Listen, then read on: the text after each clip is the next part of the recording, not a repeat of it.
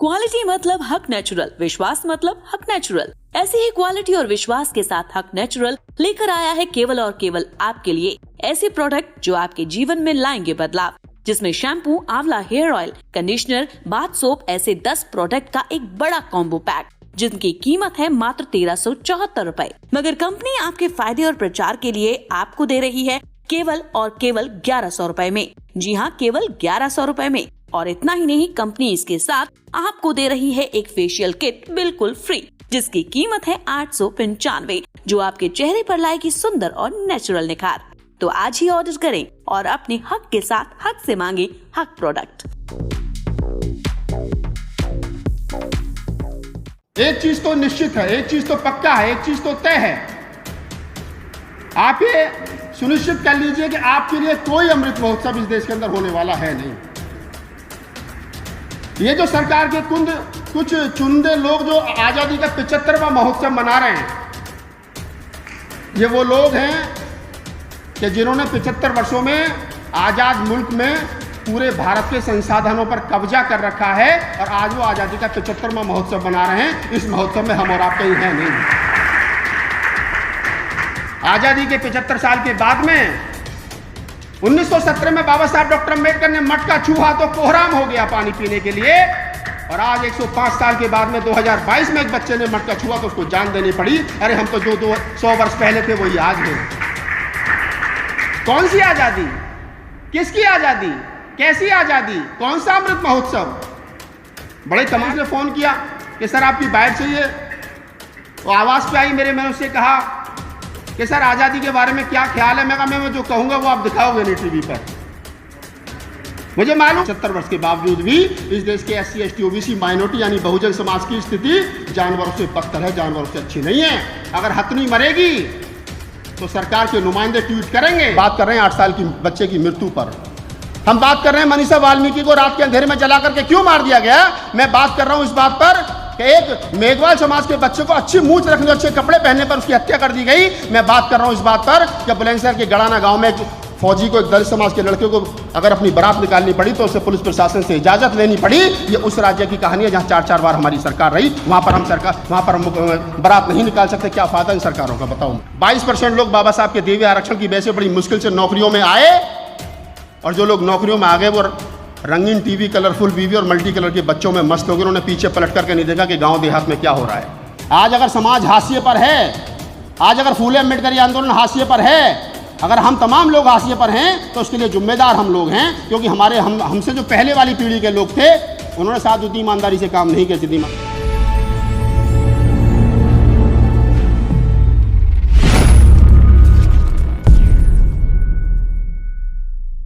जय भीम। बुलंदशहर वालों, आवाज कहाँ कुछ गायब है। जय भीम। मेरा होम डिस्ट्रिक्ट है बुलंदशहर और मैं यहाँ पैदा हुआ जहीराबाद में। 20 वर्ष पहले दिल्ली चला गया काम धंधे की तलाश में। जो काम किया आप तमाम लोगों को मालूम है मैंने क्या किया।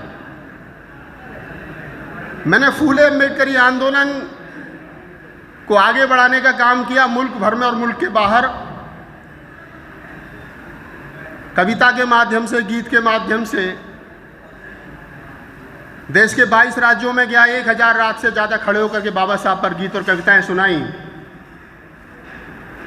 पार्लियामेंट के अंदर संसद भवन में खड़े होकर के 10 बार से ज़्यादा कविताएं सुनाई। आप तमाम लोग जानते हैं 2000 से ज़्यादा वीडियो यूट्यूब पर हैं मेरे। देश का पहला दलित कवि जिसने बाबा साहब पर कविता सुना करके घर भी चलाया और सरकार को इनकम टैक्स भी दिया। दूसरी तीसरी बार बुलंदशहर आप लोगों ने आमंत्रित किया हूं तो आया हूं। मैं एक बात, जब अर्जुन ने मुझे फ़ोन किया कि भैया ऐसे ऐसे बात है, आना है, तो मैं कहा चलो बिल्कुल आऊँगा। लेकिन एक बात मैं यहाँ जितने लोग बैठे हैं उनसे कहना चाहता हूँ। पश्चिमी उत्तर प्रदेश में अगर कुछ जिले उंगलियों पर गिने जाएं, बाबूजी बैठे हैं, मगन लाल गौतम जी हमारे पिता समान हैं, बहुत कुछ सीखा हमने उनसे। दिल्ली से हमारे साथ चल कर के आए हमारे बड़े भाई क्रांतिकारी साथी, आंदोलन के साथी सुरजीत सम्राट जी। मैं तमाम लोगों से एक बात कहता हूं कि बुलंदशहर वो धरती है जिसने हमेशा से मूवमेंट की बात कही। अगर मैं अपनी थर्ड जनरेशन में चला जाऊं दादाजी की, तो वहाँ संघप्रिय गौतम जैसे लोग यहाँ रहे, वीपी मौर्य जैसे लोग यहाँ रहे। उसके बाद में बहुत सारे लोग यहाँ आए जिन्होंने मूवमेंट पर काम किया। हम तो वक्त रहते छोड़ करके चले गए, दिल्ली जा कर के बस गए। लेकिन वहाँ जा कर के भी समाज की टीस जब कम नहीं हुई, तो मैंने बताया कि मैं 22 राज्यों तक गया, 1000 से ज़्यादा मैंने कवि सम्मेलन किए बाबा साहब पर। अभी यहाँ पर कुछ बच्चे गीत सुना रहे थे। मैं तमाम लोगों से जहाँ भी जाता हूँ, मैं एक बात ज़रूर कहता हूँ कि गीत एक ऐसी कला है। बाबा साहब डॉक्टर अम्बेडकर कहते थे कि मेरा 1 घंटे का भाषण या आधा घंटे का भाषण और किसी भी गीतकार का, किसी भी कवि का 5 मिनट की कविता या गीत उस 1 घंटे के भाषण के बराबर होती है। तो आप इस कोटेशन की महत्वता को समझिए। हमारे बाद में, खासतौर से मेरे बाद में देश भर में जितने लोग आए, गीत लिखे, कविताएं लिखी, मैं सबसे कहता हूँ कि हमारी लेखनी में वो ताकत होनी चाहिए जिसको बाबा साहब डॉक्टर अम्बेडकर ने कहा कि 1 घंटे के भाषण पर भारी होती है 5 मिनट की कविता, 5 मिनट का गीत। तो वो गीत क्या कह रहा है हमको मालूम होना चाहिए, हमारे गायक को मालूम होना चाहिए, लेखक को मालूम हो। मैं कविता सिखाता हूँ लोगों को, गीत सिखाता हूँ, लोग मेरे पास सीखने के लिए आते हैं।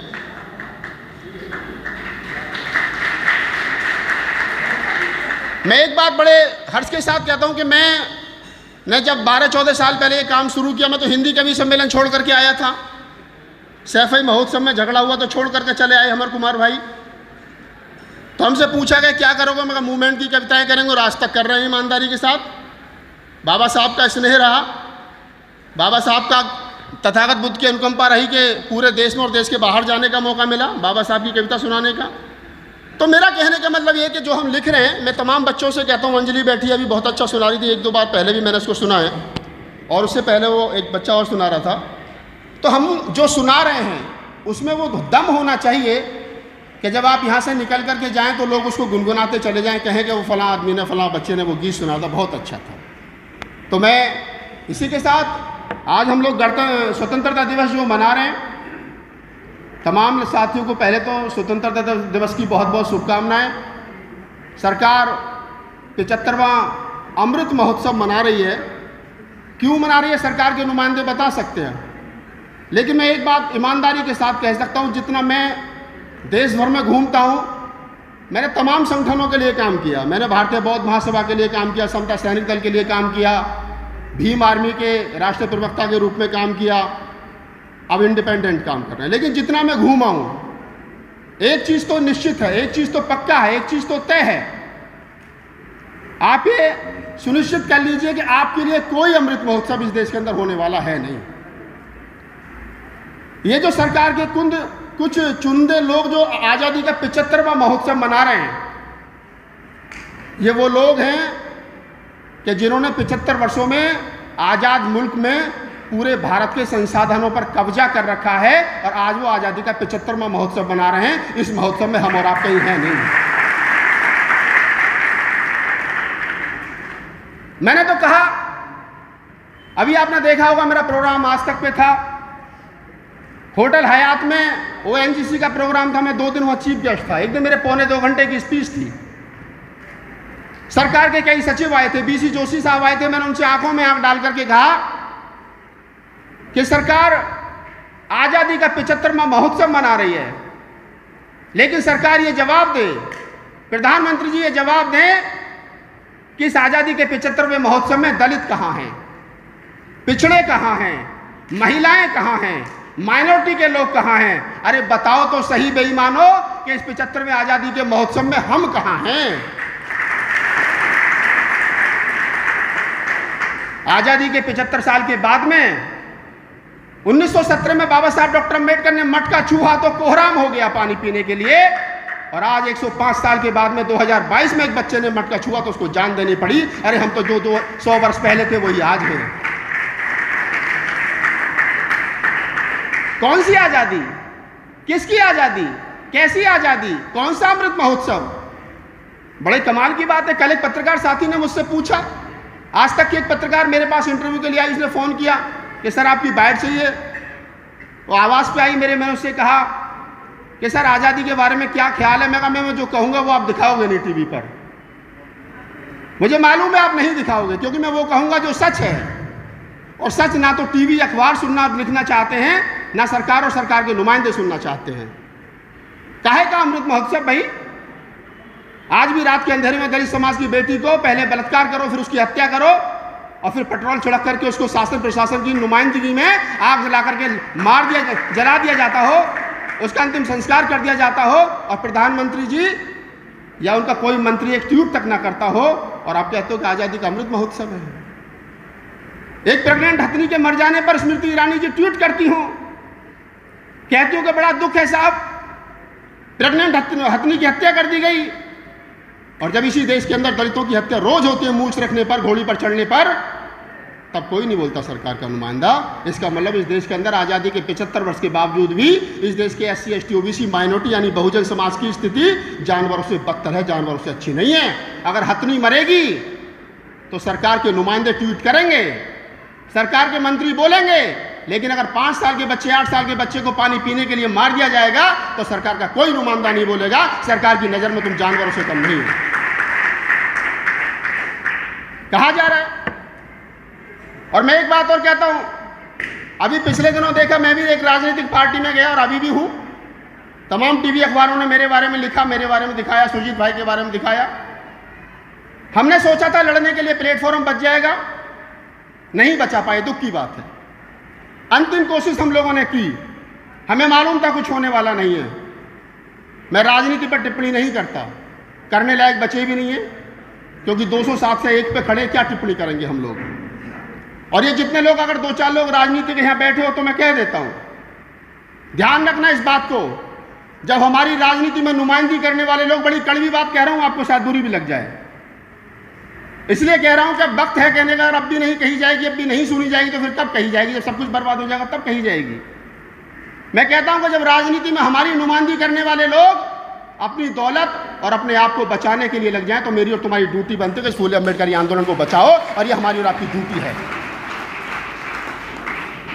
इन लोगों से उम्मीद करना बंद कर दो, चाहे तो वो 131 सांसद हों जो पार्लियामेंट में बैठे हैं, चाहे वो SC ST OBC के मिनिस्टर हों जो मोदी जी की गोद में बैठे हैं, और चाहे वो हमारी राजनीतिक पार्टियां हों जो मोदी जी के इशारे पर ट्वीट करती हैं, इन लोगों से उम्मीद करना बंद कर दो। अगर ये फूले अम्बेडकरी आंदोलन बनाना है तो हमें और आपको लड़ना पड़ेगा रोड पर उतर के।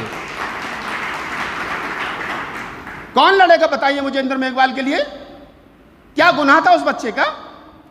अरे हम आज़ादी के 75वें महोत्सव को मनाने की बात कर रहे हैं, आज हम मैं बुलंदशहर में खड़े होकर के बोल रहा हूं और आप लोग सुन रहे हैं, तो इससे अच्छी बात और क्या होगी। लेकिन अच्छी बात यह होनी चाहिए थी कि हम देश के शहीदों पर बात करते, देश के संविधान पर बात करते, लेकिन हम लोग बात कर रहे हैं 8 साल की बच्चे की मृत्यु पर। हम बात कर रहे हैं मनीषा वाल्मीकि को रात के अंधेरे में जला करके क्यों मार दिया गया। मैं बात कर रहा हूं इस बात पर कि एक मेघवाल समाज के बच्चे को अच्छी मूंछ रखने, अच्छे कपड़े पहनने पर उसकी हत्या कर दी गई। मैं बात कर रहा हूं इस बात पर कि बुलंदशहर के गड़ाना गांव में फौजी को, एक दलित समाज के लड़के को अगर अपनी बारात निकालनी पड़ी तो उसे पुलिस प्रशासन से इजाजत लेनी पड़ी। ये उस राज्य की कहानी है जहां 4-4 बार हमारी सरकार रही, वहां पर हम बारात नहीं निकाल सकते। क्या फायदा इन सरकारों का, बताओ मुझे। ऐसा हो क्यों रहा है? ऐसा इसलिए नहीं हो रहा कि हम लोगों ने काम नहीं किया। अगर काम नहीं किया होता तो सरकार नहीं बनी होती। काम तो किया है, सरकार बनी है। लेकिन मान्यवर साहब कांशीराम एक बात कहते थे, मान्यवर साहब कांशीराम एक बात कहते थे कि अगर आपको राजनीति लंबे समय तक जिंदा रखनी है तो अपने सामाजिक आंदोलनों की जड़ें मजबूत रखनी पड़ेंगी, तब आपकी राजनीति लंबे समय तक चलेगी। अगर हमारी राजनीति फेल हुई है तो वो सिर्फ इसलिए फेल हुई है कि हमने सामाजिक आंदोलन को तरजीह देनी बंद कर दी, उसको कमजोर कर दिया हम लोगों ने। और इसका जिम्मेदार कोई और नहीं है, उसका जिम्मेदार मैं किसी और को नहीं मानता। मैंने तो 3-3 मुलाकातें की, सुरजीत भाई ने तो 3-3 मुलाकातें की। दुनिया कहती है बहन जी टाइम नहीं देती किसी को, हमारी तो 1.5 घंटे की मुलाकात हुई साहब, आमने सामने बैठ करके, आपने फोटो देखे होंगे। लेकिन मैं कहता हूं इसलिए जिम्मेदार हम और आप हैं क्योंकि हमने अपने महापुरुषों की कही हुई बात को मानना बंद कर दिया, उनके महापुरुषों की कही हुई बात को, अपने पुरखों की कही हुई बात को भूल गए हम लोग। बाबा साहब डॉक्टर अम्बेडकर ने कहा था, मैंने नहीं कहा, ध्यान रखना इस बात को। बाबा साहब डॉक्टर अम्बेडकर ने कहा था कि लोकतंत्र में व्यक्ति पूजा लोकतंत्र के लिए खतरनाक है, ये ध्यान रखना। बाबा साहब ने कहा था, मैंने नहीं कहा। हमने व्यक्ति को खुदा बना दिया, इसलिए मूवमेंट का ये हाल हुआ, ये ध्यान रखना। इसके लिए जिम्मेदार हम और आप लोग हैं। हमको बचना पड़ेगा, हमको समझना पड़ेगा, हमको अपनी सांस्कृतिक विरासत बचानी पड़ेगी, हमको अपनी मैं कहता हूं कि हम लोग राजनीतिक विरासत नहीं बचा पाए, कोई बड़ी बात नहीं है। पार्टियां आती रहेंगी, जाती रहेंगी, नेता बनते रहेंगे। ये फूले अम्बेडकरी आंदोलन जिंदा रहना चाहिए। अगर फूले अम्बेडकरी आंदोलन जिंदा रहा तो हम 1000 नेता तैयार कर सकते हैं, लेकिन आरएसएस और बीजेपी इस फूले अम्बेडकरी आंदोलन को खत्म करना चाहिए। ये ध्यान रखना, ये खत्म नहीं होना चाहिए, बस ये ध्यान रखना। कौन लोग हैं, कौन लोग हैं जो सरकार की गोद में बैठे हैं? हमारे गांव में, हमारे देहात में, हमारे बहन, हमारे बच्चों का, हमारी बेटियों का, हमारे अफसरों की सीआर खराब हो रही है। हमारे इसी उत्तर प्रदेश के अंदर लाखों लोगों को अखिलेश सरकार में डिमोशन कर दिया गया। क्यों नहीं लोग बोले, क्यों नहीं उतरे लोग सड़कों पे? मैं तो अभी ओएनजीसी के प्रोग्राम में था, मैंने बताया सारा पढ़े लिखे लोगों का प्रोग्राम, आईएएस पीसीएस। मैंने कहा कि जवाब दीजिए साहब, 22% लोग बाबा साहब के दिए हुए आरक्षण की वजह से बड़ी मुश्किल से नौकरियों में आए, और जो लोग नौकरियों में आ गए वो रंगीन टीवी, कलरफुल वीवी और मल्टी कलर के बच्चों में मस्त हो गए। उन्होंने पीछे पलट करके नहीं देखा कि गांव देहात में क्या हो रहा है, उनके परिवार के लोग किस हाल में रह रहे हैं। 10 साल पहले अगर हम लोग कहीं जाते थे तो लोग हमसे कहते थे, अगर मैं पढ़ता नहीं तो मुझे नौकरी मिल जाती। अरे बाबा साहब का क्या योगदान है, मैं पढ़ा तो मुझे नौकरी मिली। मैं कहता हूं आज की तारीख में तू 3rd डिवीजन 10वीं क्लास से करके आया था, आज 50,000 रुपये पेंशन ले रहा है। तेरा बच्चा एमटेक बीटेक करने के बाद में बेरोजगार घूम रहा है, लगा लेना नौकरी। क्यों नहीं लगाता? लगा, उसकी नौकरी नहीं मिलेगी। तुम लोग 10वीं 3rd डिवीजन से करके आए, रिटायर हो गए, 50,000 रुपये पेंशन ले रहे हो।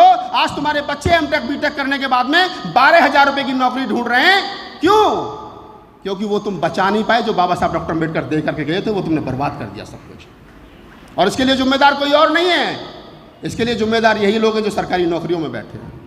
लाखों लोगों को डिमोशन कर दिया गया यूपी की गवर्नमेंट ने। इंस्पेक्टर को सब इंस्पेक्टर बना दिया गया, सब इंस्पेक्टर को एएसआई बना दिया गया, चीफ इंजीनियर को इंजीनियर बना दिया गया।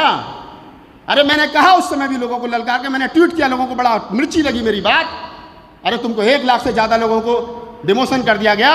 1 लाख एक आदमी जिसका डिमोशन हुआ, एक उसकी पत्नी, 2 उसके बच्चे, चारों को मिलाकर के 4 लाख होते हैं। अगर तुम 1 लाख लोग अखिलेश सरकार का घेराव कर देते तो तुम्हारा डिमोशन बच जाता, लेकिन तुम घरों से नहीं निकले। तुम चाहते थे कि नौकरी करो तुम, तनख्वाह पाओ तुम, पेंशन पाओ तुम, डीपीएस में बच्चे पढ़े तुम्हारे, एसी में रहो तुम, बढ़िया गाड़ियों में घूमो तुम, और तुम्हारे हिस्से की लड़ाई लड़े गांव में वो जो किसानी कर रहा, जो भूखा मर रहा, वो तुम्हारे हिस्से की लड़ाई लड़े। क्यों लड़ेगा तुम्हारे हिस्से की लड़ाई भाई? क्यों लड़ेगा तुम्हारे हिस्से की लड़ाई? वो पहले तो तुमने उसका हक खाया, पलट करके नहीं देखा। बाबा साहब ने कहा था कि अपनी कमाई का 20वां हिस्सा, 5वां भाग अपने गांव देहात में, जो तुम्हारे देहात में लोग रहते हैं, उन पर खर्च करना। तुमने 2 पैसे खर्च नहीं किए, और अब तुम्हारे हिस्से की भी लड़ाई वो लड़ेंगे। क्यों लड़ेंगे तुम्हारे हिस्से की लड़ाई वो? 2 तारीख को भारत बंद हुआ, हम भी उस आंदोलन को लीड कर रहे थे। मैं शरद यादव जी के साथ लीड कर रहा था जंतर मंतर पे। 13 बच्चे शहीद हुए।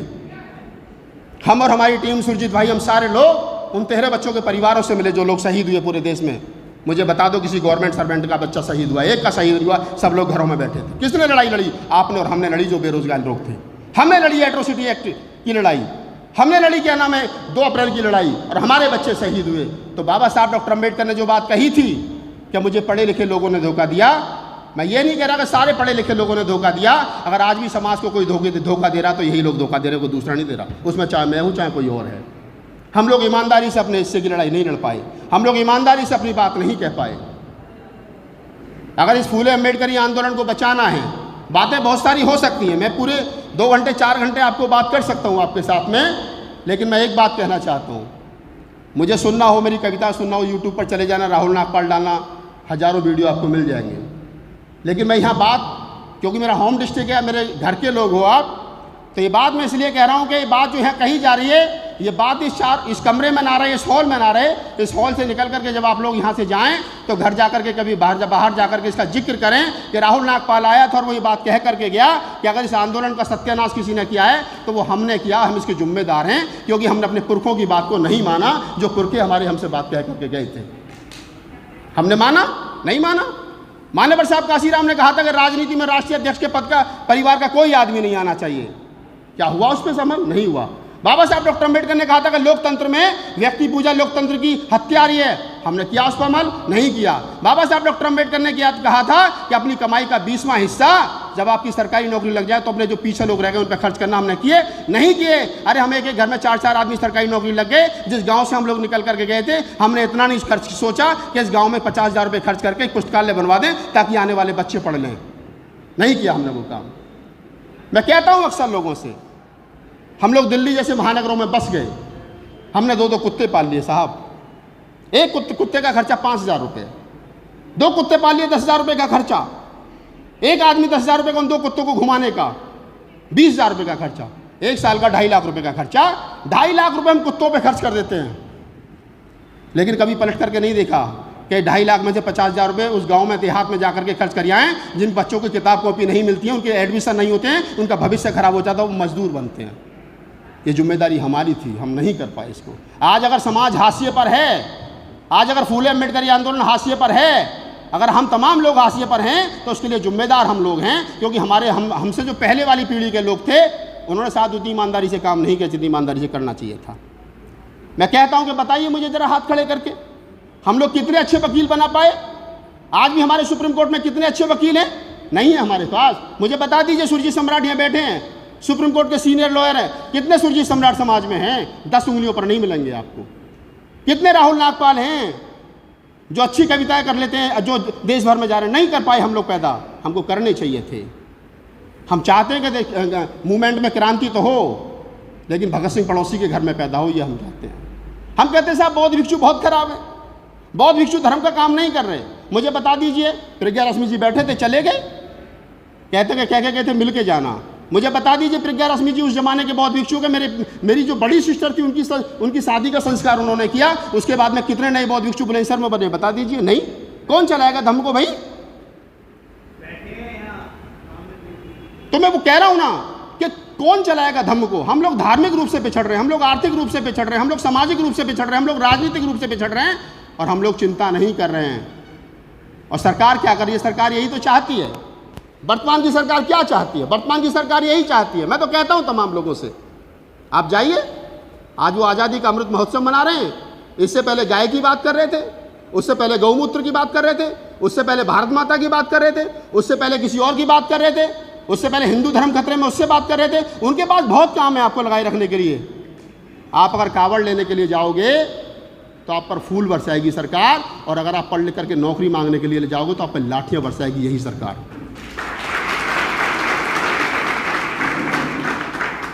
आदमी तो वही है, सरकार तो वही है, रवैया क्यों चेंज हो गया? क्योंकि योगी जी को पता है, योगी जी को मालूम है कि ये पढ़ लिख करके लोग जब पढ़ लिख जाएंगे तो ये सवाल करेंगे और आपको जवाब देना पड़ेगा।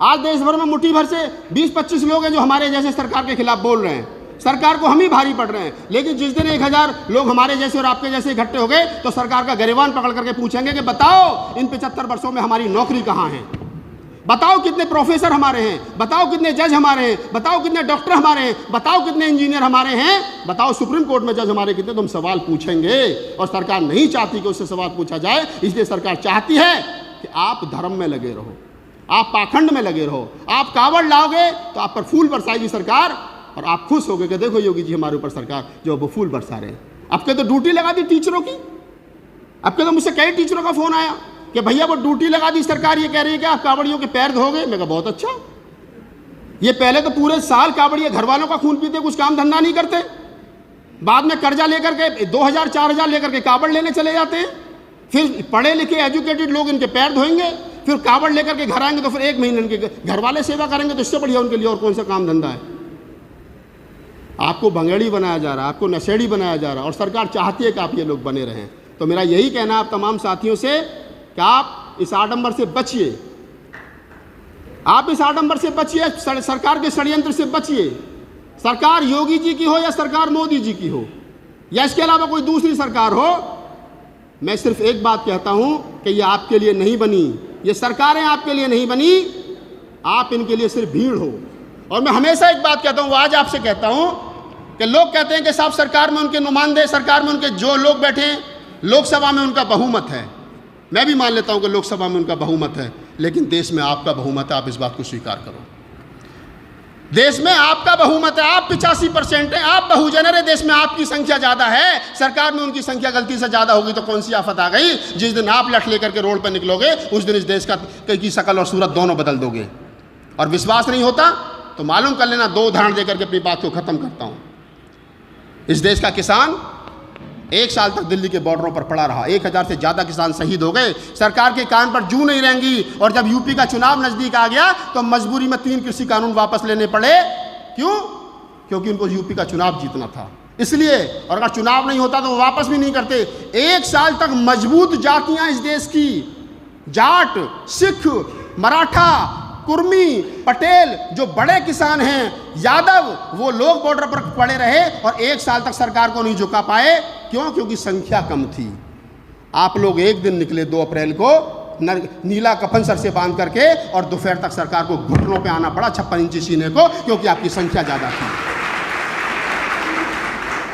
अगर आपके पास कुछ सबसे ज्यादा ताकत है इस देश के अंदर, आपकी कोई मजबूती है इस देश के अंदर, तो वो है आपकी ताकत, वो है आपकी संख्या। इस संख्या को बनाए रखिए, क्योंकि ये संख्या, माननीय साहब काशीराम ने कहा था कि SC ST OBC माइनॉरिटी के लोगों, आपस में रोटी बेटी का व्यवहार करो, आपस में धर्म की चर्चा करो, आपस में धर्म की संगति करो, और जब आप ये कर लोगे तो 85% समाज, इस देश का बहुजन समाज, इस देश पर राज करेगा। लेकिन हम लोग वो कर नहीं पाए। माननीय साहब काशीराम बना करके गए थे बहुजन समाज, हमने चमार समाज बना के छोड़ दिया। आज मीटिंग होती है, मैं सवाल करता हूँ, बताओ साहब, ये यहाँ पे हम 15 अगस्त मना रहे हैं, चमारों के अलावा कोई दूसरी जाति हो तो मुझे बता देना, है कोई चमार से अलावा दूसरा? जाट ऑफ चमार से अलावा कोई दूसरा है? एक हाथ तो खड़ा करके दिखाओ मुझे। क्या यही काशीराम का सपना था? काशीराम साहब ने तो कहा था कि नहीं, SC ST OBC माइनॉरिटी के तमाम लोग, इसमें मुस्लिम सिख सब लोग जो है वो होने चाहिए। हमारे बीच हमारे बड़े भाई प्रोफेसर साहब आए, धन्यवाद सर, आइए। तो मैं यही आप लोगों से कहना चाह रहा हूं, आप लोगों को 2 काम करने हैं। देखिए, मैं अपनी तरफ से कुछ नहीं कहता, मैं वो कहता हूं जो हमारे पुरखे कह के चले गए। बाबा साहब डॉक्टर अम्बेडकर की कोटेशन है, ध्यान रखना। वैसे आप तमाम लोगों ने पढ़ी होगी, नहीं पढ़ी होगी तो मैं बता देता हूं आप लोगों को। बाबा साहब डॉक्टर अम्बेडकर ने कहा था कि जीवन में 2 काम कर लेना, पहला ब्राह्मण को घर में मत बुलाना, और दूसरा मंदिरों में जाना बंद कर देना। सिर्फ 2 काम कर लेना, तुम्हारा कल्याण हो जाएगा। बाबा साहब की एक और कोटेशन है, अक्सर मैं बोलता हूं मंचों पे। बाबा साहब ने कहा था कि सुबह को 2 घंटी बजती हैं, एक स्कूल की और एक मंदिर की।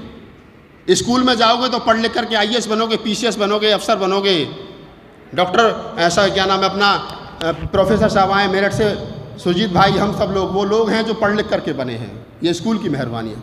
अगर पढ़ोगे लिखोगे तो IAS PCS बनोगे, प्रोफेसर बनोगे, इंजीनियर बनोगे, डॉक्टर बनोगे।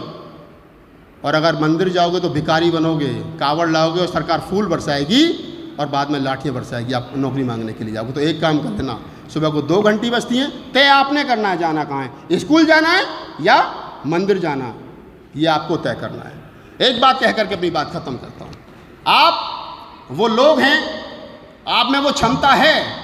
एक कहानी बाबूजी बैठे हैं मगन लाल जी, हमने इन्हीं लोगों से सुनी है बचपन में, और हम लोग वही बात आगे बढ़ा रहे हैं, वही बात, उसी बात को आगे बढ़ाने का काम कर रहे हैं। एक बात कही गई अक्सर कि एक शेर का बच्चा जंगल में खो गया, प्रोफेसर साहब, और बच्चा था, उसे मालूम नहीं था मैं शेर हूं। वो भेड़ बकरियों के साथ घूमने लगा, धीरे धीरे बड़ा हुआ तो दहाड़ना तो उसे आता नहीं था। वो बकरियों की तरह, जो बकरियों की भाषा होती है वो बोलने लगा। एक दिन शेरों का जत्था वहां से निकल करके जा रहा था, उसने देखा कि बकरियों की भीड़ में, बकरियों की रेले में ये शेर का बच्चा क्या कर रहा है। तो शेरों ने दहाड़ मारी, वो सब लोग भाग गए, उस बच्चे को उन्होंने बचा लिया। उसको बचा करके वो ले गए तालाब के पास, उसकी शक्ल दिखाई, बोले तू भी शेर है, हम भी शेर है। तब उसने दहाड़ना शुरू किया। तो मैं सिर्फ आपसे ये कह रहा हूँ कि आप वो शेर है, मैं आपको सिर्फ ये एहसास दिला रहा हूँ, आपको बकरी और मेमना बता करके सरकार ने छोड़ दिया है। आप बकरी और मेमने नहीं हैं, आप शेर हैं, इसका एहसास करिए और इस बात को स्वीकार करिए। अंतिम बात कह करके अपनी बात कर रहा हूँ। पत्रकारिता पर मुझसे कहा गया कि पत्रकारिता पर 2 बात करना। पत्रकारिता पर यह बात है कि अक्सर ये बात कही जाती है कि मेन स्ट्रीम मीडिया जो वो हमारा साथ नहीं दे रही। डॉक्टर साहब, मेन स्ट्रीम मीडिया सरकार की बात करती है, तो मुझे ये बता दो, जो लोग इस बात को कहते हैं कि main stream media, print media, electronic media देश भर में जितनी बड़ी पत्रिकाएं वो बहुजन समाज की बात नहीं करती, बहुजन मूवमेंट की बात नहीं करती। अगर 100 वर्ष के बाद में हम इस बात को रिपीट करें तो मैं समझता हूं हमसे बड़ा मूर्ख कोई है नहीं। बाबा साहब डॉक्टर अम्बेडकर ने 1925 में, यानी आज से लगभग 100 वर्ष पहले 1922 में, और एक तो 1920 में निकाला था, जनता 20 में निकाला था। बाबा साहब ने 1920 में, बाबा साहब इस बात को समझ गए थे कि इस देश का जो मीडिया है वो हमारी बात को घर घर तक नहीं पहुंचाएगा, इसलिए बाबा साहब डॉक्टर अम्बेडकर ने 1920 में मूक नायक निकाला, उसके बाद जनता निकाला, उसके बाद समता निकाला। तीन अखबार बाबा साहब डॉक्टर अम्बेडकर को अपनी बात आप तक पहुंचाने के लिए आज से 100 वर्ष पहले निकालने पड़े, क्योंकि उनको मालूम था ये जो दूसरे वाला मीडिया है, ये दूसरी वाली जो पत्रिकाएं, ये आपकी बात को नहीं छापेंगे। मान्यवर साहब काशीराम ने जब मूवमेंट शुरू किया तो वो कहते थे कि ये मीडिया मनुवादी है, इसका विश्वास मत करना। तो मान्यवर साहब काशीराम को भी अखबार निकालने पड़े, वो चाहे बहुजन संघ तक था, चाहे अन्य कई पत्रिकाएं थीं। जब हमारे दो पुरखों ने अखबार निकाले और उनको ये मालूम था कि ये मेन स्ट्रीम मीडिया हमारा नहीं है, और 100 वर्ष के बाद में चुनाव हारने के बाद में हम ये कहें कि साहब मीडिया ने हमारा साथ नहीं दिया, तो इसका मतलब हम कहीं ना कहीं नालायक है, वो नालायक नहीं थे। हम लोगों ने बाबा साहब डॉक्टर अम्बेडकर की बात नहीं मानी, काशीराम की बात नहीं मानी। अरे उस समय DD1 और DD2 आता था, उस समय मान्यवर साहब काशीराम खड़े होकर के ये कहते थे कि मीडिया पर विश्वास मत करना, जो मैं कह रहा हूं उस पर विश्वास करना। और आज तो 200 चैनल मनुवादियों के आते हैं, आज तक, कल तक, परसों तक, और आप कह रहे हो मीडिया ने हमारा साथ नहीं दिया। क्यों दे मीडिया तुम्हारा साथ भाई? तुम्हारे लिए बना ही नहीं वो मीडिया, तुम्हारा है ही नहीं वो मीडिया। वो मीडिया जिनका है उनके लिए काम कर रहा है, और जो मीडिया तुमने कोई मीडिया बनाया नहीं। 4 बार मुख्यमंत्री हम लोग रहे, और उसके बाद में अगर एक भी पोर्टल अच्छा सा नहीं बना पाए और हम मेन स्ट्रीम मीडिया को गाली बक रहे हैं, तो मैं समझता हूं मैं कोई अधिकार नहीं है मीडिया पर बोलने का, क्योंकि हम लोगों ने काम नहीं किया उस क्षेत्र के अंदर, हमें काम करना चाहिए था। हम लोग हत्यारे हैं। मैं कहता हूं, बताइए मुझे बाबा साहब डॉक्टर अम्बेडकर के मूक नायक का हत्यारा कौन है?